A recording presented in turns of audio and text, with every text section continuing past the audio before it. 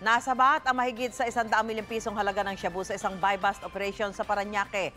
Ang target ng operasyon, nakipaghabulan pa sa mga otoridad at naaresto rin kalaunan. Yan ang unang balita ni Bam Alegre. Nayupi matapos bumangga ang sasakyang ito na gagamitin sanang getaway vehicle kahapon sa isang subdivision sa Tambo, Parañaque. Ang may-ari nito na si Mark Joseph Cortez, target ng buy-bust operation ng PIDEA Region 4A. Bago magkabayaran para sa 1 kilong shabu sa halagang 1 milyong piso, natunugan daw ng target ng mga operatiba ang kanyang kaharap. Mula sa kanyang bahay, tumakas daw si Cortez sakay ng isang SUV. Naharang siya ng mga taga-PIDEA sa hindi kalayuan. Sa kanyang pagmamaniobra, nabangga si Cortez. Pero nakatakas pa rin at nakapagtago raw siya sa ilalim ng ibang sasakyan. Kalaunan, natunton at naaresto rin si Cortez dahil hindi siya makalabas sa subdivision. Sinalakay ng PIDEA ang kanyang bahay at tumambad ang humigit kumulang 20 kilo ng hinihinalang shabu. 136 million pesos ang halaga nito ayon sa PIDEA.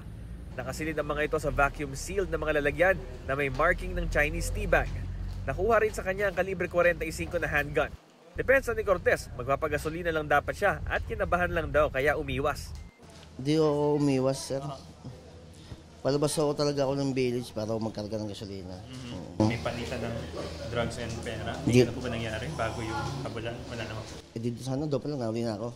Ayon sa mga otoridad, may connection si Cortez sa African at Chinese drug syndicate. Tinukoy naman ng PIDEA na kasabwat ni Cortez ang live-in partner niyang si Jacqueline Espinosa at ang nakatakas na anak ni Cortez na si Marian King John. Wala po akong kinalaman, sir. Naglalaba lang po ako dito. Kada 2 araw pa lang po ako nandito.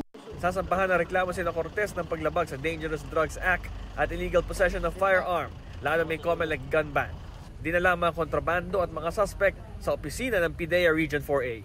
Ito ang unang balita, Bam Alegre para sa GMA Integrated News. Mauna ka sa mga balita, bisitahin at mag-subscribe sa GMA Integrated News sa YouTube. Sa mga kapuso abroad, samahan nyo kami sa GMA Pinoy TV at sa www.gmanews.tv.